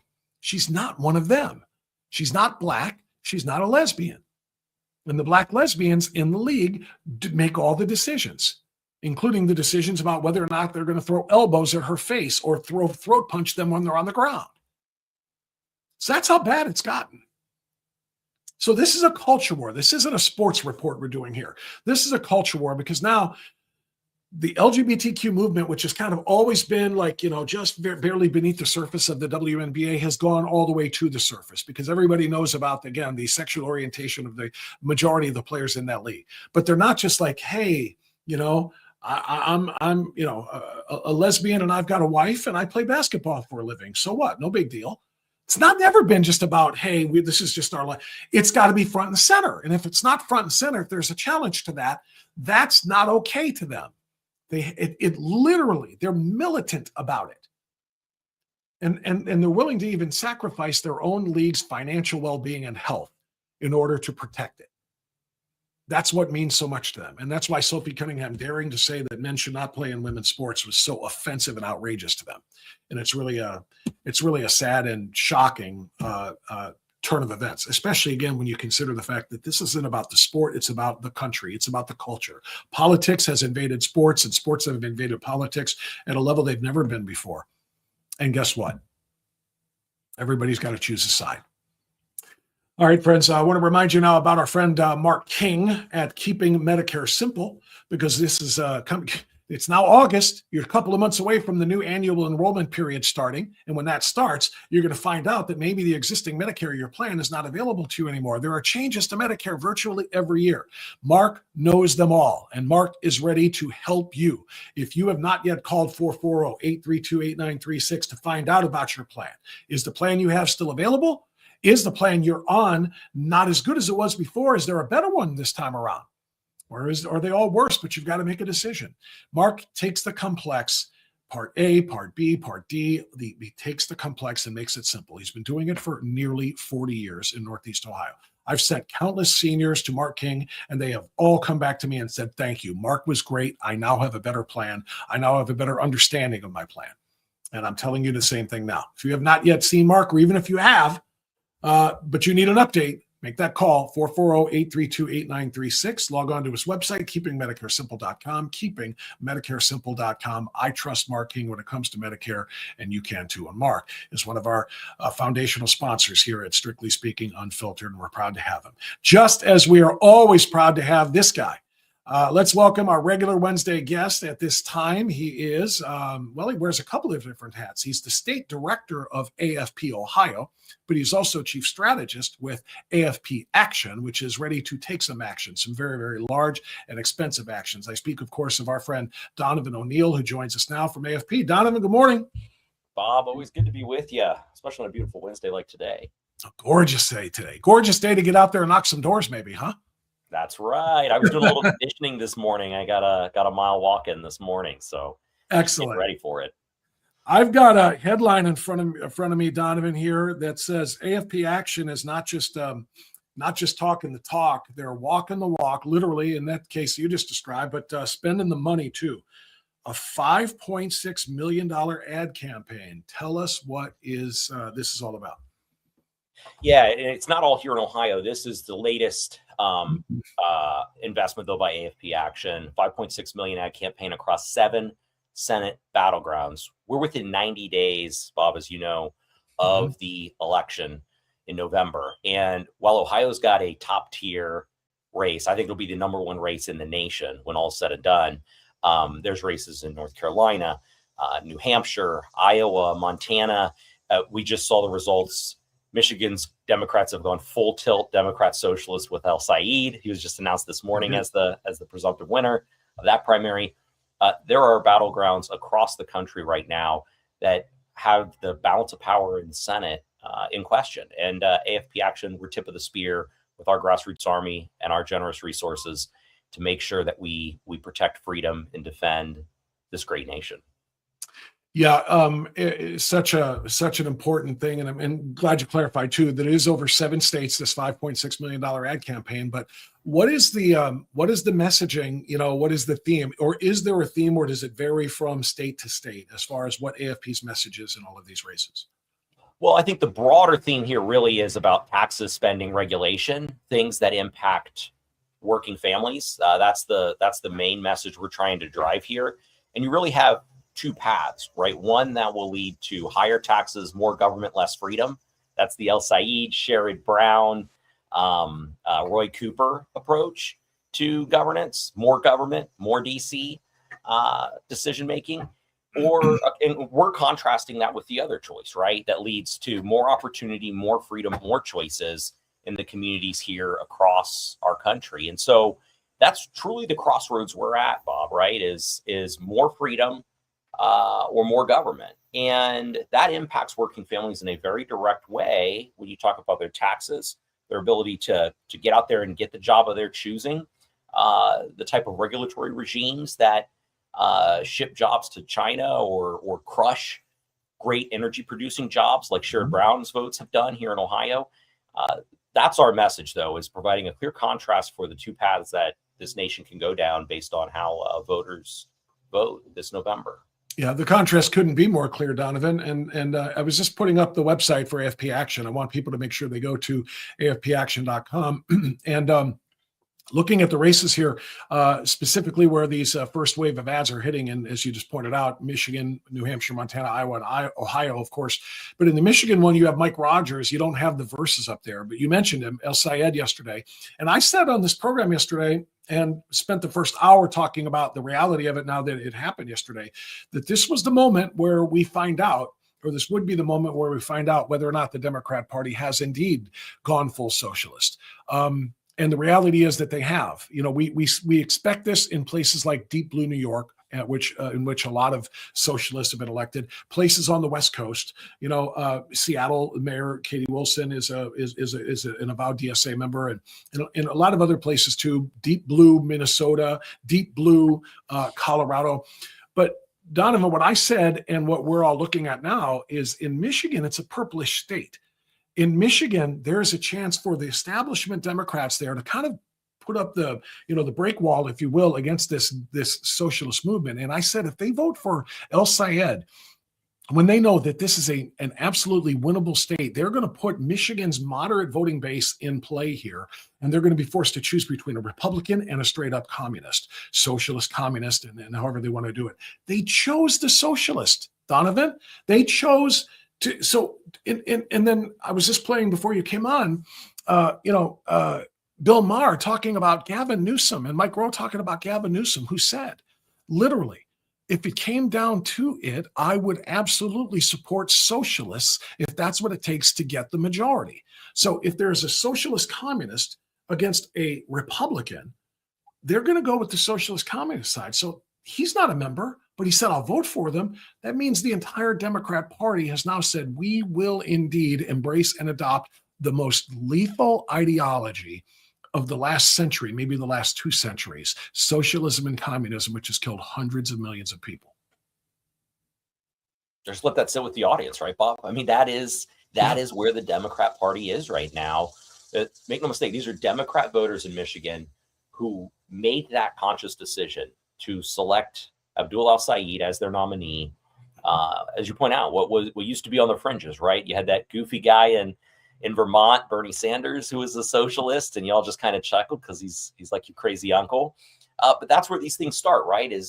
It starts in that fairly innocuous way of one voice talking about extreme ideologies that are antithetical to the foundational principles that have made this nation great, that then spreads into these communities, these local governments across the nation, that then result in Midwestern states that are fairly moderate, right? Michigan, as you pointed out, is a purple state, making these conscious decisions. And it doesn't stop there, right? And you might say, hey, well, not all the Democrats are like that, right? But I'll tell you what, they will vote 100% in lockstep with each other, right? The politics that Sherrod Brown is packaging up and selling in his campaign, which is thoroughly misleading if you know anything about Sherrod Brown, but the politics he's packaging here in Ohio versus the politics Abdul al-Sayed is packaging, the politics might be different, the package might be different, but at the end of the day, the substance, the policies, the votes that these folks will take, should the Democrat Socialists get control of the U.S. Senate this November, are going to be 100% in alignment together. It's 100% of the same thing. Mm-hmm. And that's why Ohio is so in play. Ohio is so at stake, because a vote for Sherrod Brown is a vote for the Democrat Socialist agenda in the next Congress. Every one of them, and every the Sherrod Brown one obviously is the focus here, and I just scrolled down to that on the webpage on afpaction.com so I can highlight this for folks. John Husted versus Sherrod Brown, Ohio's ad. 48 years contrast Brown's decades of putting party politics first, pushing massive spending and higher taxes that led to the 40-year high inflation, with Husted's plan to lower costs and ensure families can keep more of their hard-earned money. That is all very good and very accurate. But what's just as accurate is, again, the negative, meaning we can focus on the positives of John Husted's ideas and his votes and his record, brief as though it may be, or we can focus on the negative. A vote for Sherrod Brown is a vote for communism. And this isn't 1950s McCarthy as well. It's real and it's legitimate. Just because Bernie Sanders says he's a democratic socialist, aka communist, and so does AOC, and so does Mamdani, and so many of the others, doesn't mean they're the only ones. An undeclared socialist is still a socialist. Look at Sherrod Brown's voting record. Look at Sherrod Brown's rhetoric. Look at everything that he has stood for, and you will see the very same things that some of the others who are declared socialists stand for. So a vote for any Democrat is a vote to bring socialism or communism into one of the two major parties in a two-party system, which means we then have in every general election a choice between capitalism and communism, and half of the country will vote for the communists. That's a terrifying thought. So Sherrod Brown's race is huge, and his place in this is such a huge factor, not just for the state of Ohio, but for the Congress, and control of the Congress, which is going to decide the existence of this country or not. Oh, absolutely. Well, and with Sherrod Brown, we're not talking in hypotheticals, right? We have decades of votes, decades of him on the record talking about the things that he believes in, right? It was 5 or 6 short years ago, he was out there spouting the climate change craziness, yep. Right? That was the rally cry for the left. That ultimately, right, wasn't just a handful of bad votes that resulted in more spending, failed energy policy. It killed jobs, Bob. The votes that Sherrod Brown took under the green energy craziness. The Green New Deal scam. Yeah. Green New Deal scam, right? Killed jobs across Ohio. Coal power plants, right? We used to have dozens of coal energy generation here in this state. It's gone. It's gone because Sherrod Brown voted for those policies. We used to be a manufacturing base here in Ohio, right? But because of the votes that Sherrod Brown has taken, right? We've, under the green energy new scam mantra, the regulatory regime is so burdensome that those jobs just can't exist in the United States anymore. And they go overseas to China, which has no regulatory regime, right? And doesn't care about their people. Sherrod Brown has decimated the working class here in the state of Ohio. And that's the message we're taking to the doors over the next 90 days. I want to watch this ad if we can, Donovan, since we have the hold on. Not ready yet. I got the volume going, but I want to make sure that we can all see this first. So I want everybody to see that first ad of this $5.6 million spend, which is huge across 7 states, to really make sure that everybody knows what we are in for. So let's watch. Sherrod Brown's been a career politician for 48 years. In Washington, Brown put party politics first, increasing spending, raising taxes, and driving inflation to a 40-year high. That's why we fired Sherrod Brown 2 years ago. John Husted has a plan to lower our cost of living and put money back in our pockets. Husted's tax cuts are already saving Ohio families $3,100 a year. John Husted for Senate. He puts Ohio first. Strong ad, Donovan. It's a very strong ad. What when you guys do things like this, do you work in collaboration with the Husted campaign? Or is this something do you need their sign off on? Or is this something that just AFP Action says, this is what we want to say? Yeah, good question. As an outside 527 PAC, we can't coordinate with the campaign on the messaging or any of the substance of the ads, right? But we've been doing this for a long time. And so we know, and it's the benefit of our organization too, right? We don't just have folks in DC or Arlington, Virginia, that whip these things up and drop them into states. Me, my team, right? You've met us. You've been at our events. We're all Ohioans, right? And so we know the message that needs to be delivered to help break through and win over the votes here in the state of Ohio. So no, we don't coordinate with the campaign on any of that, but it's Ohioans helping develop and draft these ads that make sure that, we keep them local to the people here in Ohio. And I think that's what makes them, as you said, it's effective and impactful. That's why we're so effective and impactful as an organization. What is your impression of Senator Husted and his development and growth over the last year? Because, when you first come into Congress, or into the Senate rather, especially as an appointee, you've got to learn the way, and you've got to kind of keep your head down. But I have noticed a very big change in him, just personally. The times I've interviewed him, I was with him at a fundraiser event in Lakewood just last week. I see an entirely different guy. This is a guy who is ready to not just be a reliable vote, but a leader in so many different ways. That's what I see happening. Well, and you have so many folks who go to the Senate and, live that cushy job, right? I mean, it's pretty good to be a U.S. Senator. I think that's why Sherrod Brown wants back in so bad, right? Oh, no doubt. Rather than work. But on John Husted, right? He's gotten right to work. And yeah, we actually did a door launch with him in Dayton, had nearly 60 Montgomery County residents join us out there to rally and then go out and knock doors on a rainy Saturday morning. And John Husted got the audience fired up. He's the man for the moment, and he's the kind of guy, right, who I think, we didn't see as much, which is natural as Lieutenant Governor, right? You're working on the Red Tape Reduction Act. You're working on Common Sense Initiative. You're a little more behind the scenes as Lieutenant Governor, just running, the administration and the government, the initiatives you're tasked with.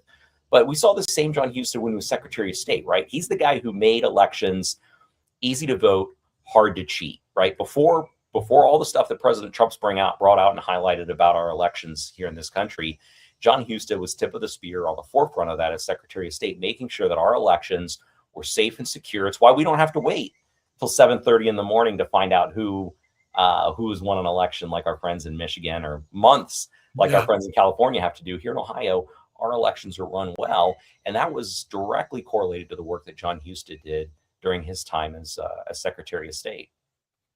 So, Donovan, you mentioned being down there in Dayton and doing the door knock campaign. August 15th is when we're going to start the campaign up here in Cuyahoga County, right? Anything you want to announce there? Yeah, well, and I think you're going to join us, right, Bob? We're going to do. I brought it up. You're going to do a door launch with us. We're still trying to maybe get 1 or 2 more special guests. We'll see. But we've got one of the best Northeast Ohio has, and you, Bob France, going to be joining us. We're going to be rallying for John Husted and then going out and knocking some doors in Berea, August 15th at Perk Cup Cafe. We'll have a graphic up here shortly. I'll be sure to share it with you to help spread around. I know many of your listeners probably already are aware. We've tried to let the word know through the phone tree here, but we'll be rallying at Perk Cup Cafe. We'll have some coffee, some pastries, some door hangers. We'll talk about why this race is so important, but then we're going to actually go out and knock those doors. Cuyahoga County, especially that part of Cuyahoga County, is a battleground swing district for us, and getting as many patriots out there to help spread the good word of John Husted and address many of the myths and issues that Sherrod Brown continues to perpetuate at the doors is going to help break through and really deliver an important part of the state for this campaign. I'm not a political strategist, but so I'm relying on those who are. And if I remember right, Senator Husted at the event I was at last week declared that according to the strategists, Cuyahoga County, of course, is a very blue county, but it is a swing county within portions of Cuyahoga County. And I think the number he said was, if I'm not mistaken, if Senator Husted can win 35% of the vote in Cuyahoga County, we're going to win the state. If he wins only 30%, it's going to be a tough climb. This is a huge part of this fight. You know, making sure that the blue, Sherrod Brown supporting, communist supporting. Sorry, they brought this the way it is. We're not name calling. We're listening to communists say communist things, and support for Democrats is support for communists. So if deep blue communist supporting Cuyahoga County turns out to 70% to 30% for Husted, we're in trouble. But if we can get that number to 35%, it can make all of the difference in the world in that race, and thus maybe the majority in the United States Senate, Donovan. And that's where literally people that we're going to see on Saturday the 15th can play a huge role. Every single door that is knocked on can be the difference between getting somebody who wasn't going to go vote for Husted to get out there and vote for Husted and make the difference. I mean, we're literally talking about the difference between victory and defeat just in this county alone. Well, one more thing here too, right? This race will end up amounting to about, estimates right now are $750 million in advertising will flow through Ohio just on this U.S. Senate race alone. Wow. At this point, right, ad spending under $10, $20 million is just a drop in the bucket unless it's highly targeted to a particular set of voters, and it's just what ours is. But it's also how you begin to, the way you break through that ad spend is by doing this canvassing work, right? So the work that we do, the top of the segment, right, with those ad dollars, those are going to the same voters that then we're targeting to go have conversations with at the door. And when you put those two pieces together, right, that's how you begin to move the needle, not just by 0.5% or 1%, but we're moving the needle 2, 3, 4%, which, as you're pointing out, in counties like Cuyahoga, if we can do that, if we have the folks and the people power to help us do that, then we can begin to actually shift the dynamic in this election and make sure that we secure the win in November. Well, you're in the right place, because I'll tell you what, this audience might not be the largest audience in the country, but this is an active audience. The people who are here with me that are supporters of what we do are out there, and they are not silent, and they are not just sit on your hands type folks. So I hope everybody will come out and let me know when you get that graphic. But for now, we'll just remind everybody again, 9 a.m., we're going to be at Perk Cup Cafe in Berea. On the 15th, on August 15th. I am looking forward to that. That's Saturday, obviously, to launch the door knock campaign in Cuyahoga County and go out there and make a difference. I cannot believe we fired his ass once and we have to do it again. I can't believe it. Well, it's the gift that keeps on giving. You know, yeah. What's one thing better than beating Sherrod Brown once? It's beating him twice. Beating him twice. Amen. It'll be satisfying. It's just such a pain that we've got to do it again, but we will get it done. Donovan O'Neill, AFPaction.com. I want everybody to go to AFPaction.com. You want to share that ad too. It's there on the webpage. Put it on your social media. I'm going to put it on mine. Let everybody see exactly how important it is. Maybe the most important race, $750 million of ad spend, show that it's going to be maybe the most important race in the entire Senate. So let's make sure we get it done. Donovan, thank you as always. Great stuff. And we'll look forward to talking to you again next week. Thanks as always, Bob. We'll see you. You got it. There you go. Donovan O'Neill from AFPaction.com. AFPaction.com is the website. And I am very much looking forward to being there to get everybody, kind of juiced a little bit about getting out there and volunteering. Like I said, I don't have to tell this audience that, because you guys are phenomenal. When there is a cause to be found, you guys will always be around. It sounds like a lyric from a song somewhere. Probably was, but I really firmly believe that. And what Donovan just said, I'm going to kind of come full circle now to what I did in the first hour of the show. You know, a vote for Sherrod Brown is a vote for communism, because a vote for Amelia Sykes is a vote for communism. A vote for Marcy Kaptur is a vote for communism, right? A vote for Poindexter in District 7 is a vote for communism. Well, you say, what are you talking about? Those people aren't DSA candidates. They're not DSA approved. I don't care. They're Democrats. And the Democrats, as a party, have made clear they're for communism. Therefore, a vote for a Democrat is a vote for people who would be willing to bring communism into our country, to literally have our country run by it. Their words, not mine. And that's what Mike Rowe was saying. I didn't get to some of the responses there to the criticism that he received, but just, you know, for coming out and saying what Bill Maher said is right. You know, this is a straight up communist takeover. And what let's see if I can just read a couple of these. Yeah. What Mike Rowe said is spot on when he talks about it's the Democrats. It's their words, not his. Somebody named Shelley wrote to Mike. Let me see if I can pop this back up for you to follow along. If you're so interested, if you just want to listen, that's okay too. Shelley writes, Mike, you know there's a difference between democratic socialism and communism, right? And the answer is, in reality, there is no difference. It's just that communism is what socialism aspires to be. Okay? They literally are the same thing. Or put another way, socialism is communism for slow people, for slow learners. But Mike says, yes, there's a difference, and I understand what the difference is. The larger point, though, and the fundamental flaw with your comment is you seem to believe the candidates within the Democrat Socialist Party are both Democratic and Socialist, simply because that's the name of their club. Well, maybe some of them are. I really couldn't say. What I can tell you for sure is that more than a few have called for complete dismantling of capitalism, free markets, representative government, property rights, borders, police, prisons, and the Constitution in general. My post referred to them, as well as a number of elected Democrats who have agreed to campaign on their behalf, including Gavin Newsom, who said the Democrat Party must accept the DSA in order to take back Congress.